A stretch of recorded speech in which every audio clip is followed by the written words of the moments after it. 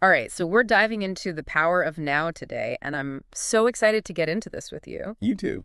I have to say, this whole idea of like finding inner peace just by like living in the moment, it's so intriguing, you know? Yeah. And the power of now, it's like this cool mix of Eastern mindfulness and good old Western self-help. Definitely. So we're going to unpack the biggest takeaways from it today. Okay. So you listening can actually use this stuff whether you're dealing with like everyday stress Mm-hmm. or, maybe you're searching for a deeper spiritual understanding. Yeah.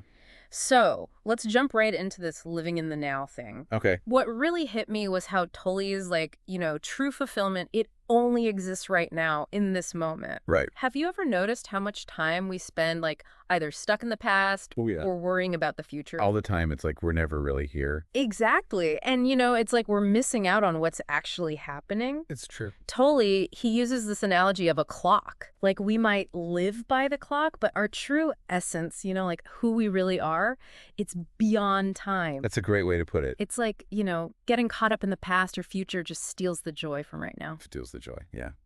Now, Tully also talks about the ego, which is something we hear a lot about, but he's like, it's the root of so much of our suffering. Definitely. What I found really interesting was, it's not about getting rid of the ego completely. Right. It's about becoming aware of it. Yeah, becoming aware of it. So can you clarify what he means by the ego? Yeah, so when Tolle talks about ego, he's not talking about like confidence or healthy self-esteem. Okay.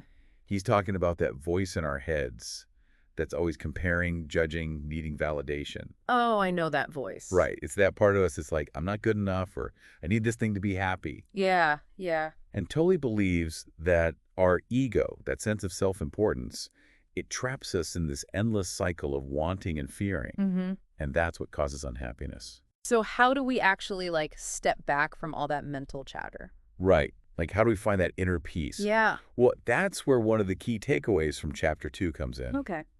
It's about observing our thoughts, but without judging them. Interesting. It's realizing that we are not our thoughts, Okay. but rather we're the awareness that's watching them.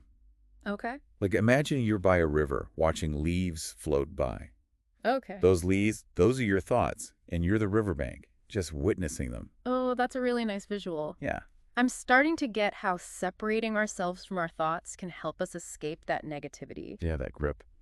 Now, this leads us to another interesting idea, the pain body. The pain body. It sounds kind of scary, doesn't it? It can sound a little intimidating at first. Yeah.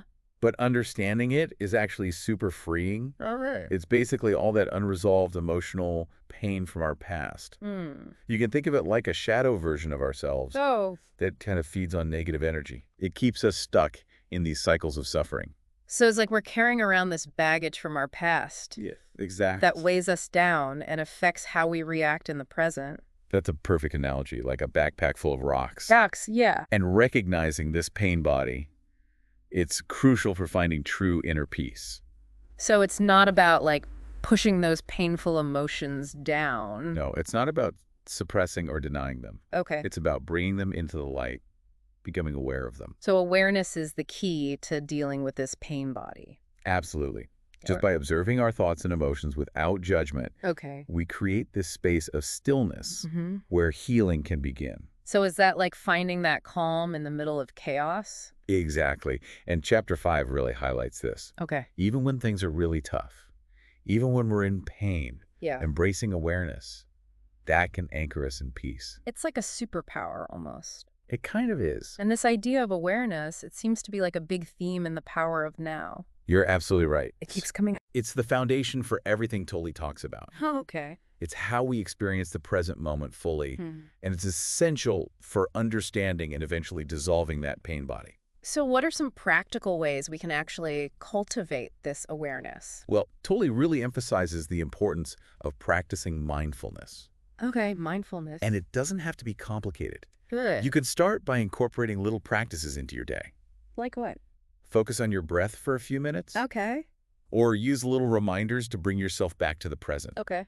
Like ask yourself, what time is it? Now, where am I? Here. Oh, yeah. Those little reminders can be powerful. They really can. It's like hitting the reset button on autopilot. Autopilot, yeah. Now, there's another concept that's super relevant when things are tough. Okay. The idea of accepting what is. Accepting what is. Tolle says that when we resist reality, we just create more suffering, That makes sense. surrendering to the present moment without judgment. That aligns us with the natural flow of life. He uses a great example in the book Oh, yeah. about a terminally ill man Okay. who finds peace by accepting his situation Oh, wow. and cherishing the time he has left.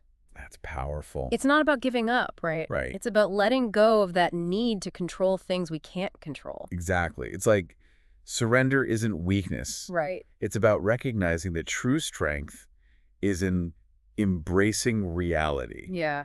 even when it's hard. There's that quote from the book, "Stress is caused by being here but wanting to be there." Oh, that's a good one.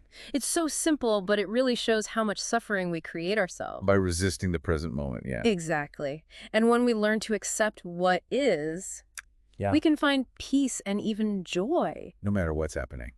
Now, I'm curious about how this being present idea works in relationships. Oh, that's interesting. Tolle suggests that relationships can trigger our ego, Yeah. but they're also opportunities for growth. Yeah, that's fascinating. He talks about how relationships are like mirrors, Mirror. reflecting parts of ourselves we might not even see. Right. And sometimes those reflections can be uncomfortable. Oh, yeah, they can bring up all those ego-driven patterns. Blame, judgment, getting defensive. Exactly. So instead of seeing conflict as like a battle to win, we can use it as a chance to learn and grow. Yes, exactly. Chapter 8 really emphasizes this.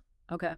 Relationships become spiritual practices when we approach them with presence Okay. and a willingness to understand both ourselves and our partners. So we're transforming those potentially explosive situations into moments of connection. And understanding. Yeah. And speaking of awareness, Yeah. Tolle also talks about the importance of stillness Oh, stillness. for inner peace. Yeah. What does he say about that? He's all about creating moments in our day to just be, Okay. to disconnect from all the doing, constant too. all the stimulation of modern life, Right. and allowing our minds to just settle into peace. So how do we do that? It could be through meditation, spending time in nature, or even just sitting quietly and observing our surroundings. Yeah, like creating a sanctuary within ourselves. Exactly. A Yeah. place to reconnect with that inner peace that's always there. Regardless of what's happening around us. So it's not about reaching some far-off goal. No. It's about embracing the richness of each moment. As it unfolds. And in doing so, finding peace and joy. That goes beyond the limits of our minds. It's like shifting gears from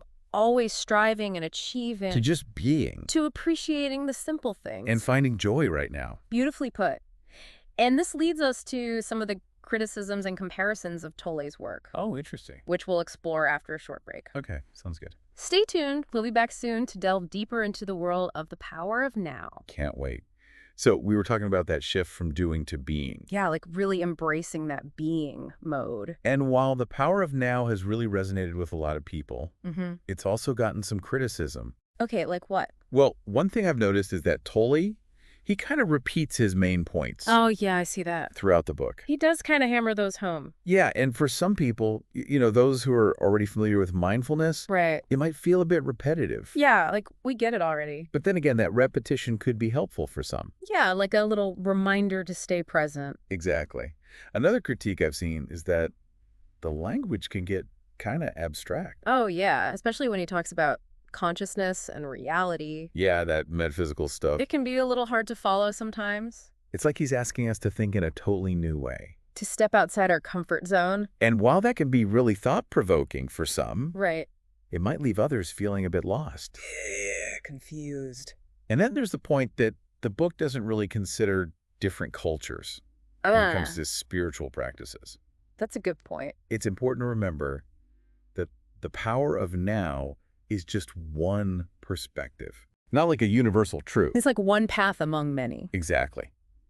But despite those criticisms, Mm-hmm. the power of now has definitely made an impact. It has. People praise its wisdom, its Oh. relatable language. And those practical exercises, Yeah, the mindfulness stuff. it seems to tap into that human desire for peace and meaning It does. and connection. And it offers a way to get there through being present. Now, it's interesting to compare the power of now to other popular self-help books. Yeah, how does this stack up?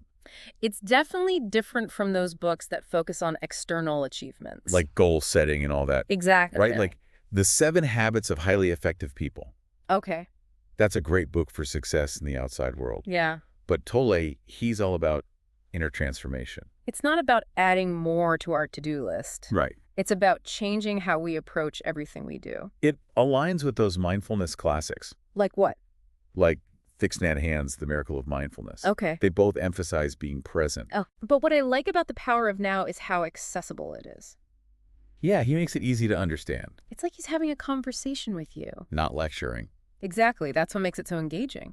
And it speaks to people all over the world. It reminds us that true happiness, it's Mhm. not about chasing external goals. It's about finding peace within ourselves. So for our listeners who are interested in these ideas, Yeah. what are some key takeaways they can think about?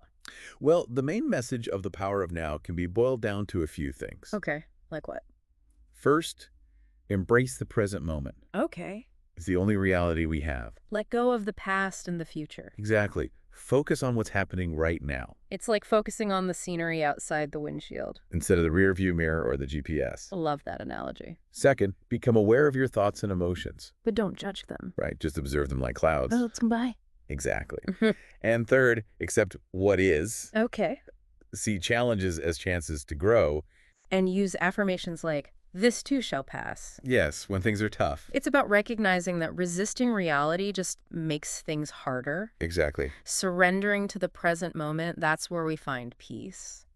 And lastly, make time for stillness. Okay, still in. Find moments in your day to just be. Whether it's meditation, nature, or just sitting quietly, Create a sanctuary within yourself. where you can tap into that inner peace. It's about remembering we're human beings. It's not human doings. And in those moments of simply being, we connect with our true selves. and this journey of awakening to the power of now. It's ongoing, right? It is. It's a process. Be patient with yourself. Practice consistently. And trust that the path will unfold. It's not about reaching some end point. Yeah. It's about enjoying the journey. Exactly. So I think we've covered a lot today. We have. The key concepts, the criticisms, comparisons to other books. It's been fascinating. But before we wrap up, yeah. I'd love to leave our listeners with something to think about. Oh, I like those. What do you have for us? Okay, so Tolle says that our problems are illusions of the mind. Illusions. So if that's true, If our suffering is created by our thoughts. how could changing our perspective change our reality? Wow, that's a powerful question. It makes you think It challenges us to look at our thoughts and beliefs. and to consider different ways of seeing things. That might lead to more peace and joy. And with that, we'll leave you to ponder that question. And to continue exploring the power of now, it really does make you think, like, what if we could just change our perspective and our problems would vanish? Yeah, it's a radical idea. There's one more thing from the power of now that really stuck with me. Oh, yeah. What's that? It's this whole idea of being versus doing. Being versus doing, yeah. It seems like nowadays everyone's all about doing. Constantly striving, achieving. Exactly. Like we've forgotten how to just be. Yeah, we're so caught up in the hustle and bustle. And it's like we lose touch with the present moment. That's where the peace is, Totally. He's always emphasizing this shift. from doing to being. Yeah, it reminds me of that saying, What's that? we're human beings, not human doings. Oh, yeah, I like that. It's so easy to feel like our worth depends on what we accomplish. On our to-do list, our Okay. productivity. And Tolly's saying, no, it's about those moments of just being. Quiet contemplation, presence, appreciating the moment, That's where we connect with who we really are. and find true contentment. Have you experienced that in your own life? Oh, absolutely. Like when I find myself getting swept up in that doing mentality, Yeah.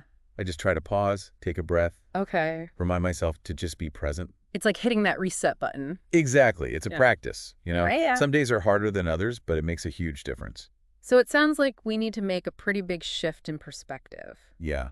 But it can be so freeing. As we're wrapping up our deep dive into the power of now, I want our listeners to think about how they can use these ideas in their own lives Yeah, what are some small steps we can take today? to bring in more awareness, presence, acceptance. Maybe set aside a few minutes for mindfulness, Okay. or simply observe your thoughts without judgment, Noticing those patterns, or even just appreciate the beauty of right now. the little things we take for granted. Could even be about bringing more consciousness to your relationships. Yeah, being more present with the people we care about. Seeing those everyday interactions as opportunities for growth. What part of the power of now really resonated with you?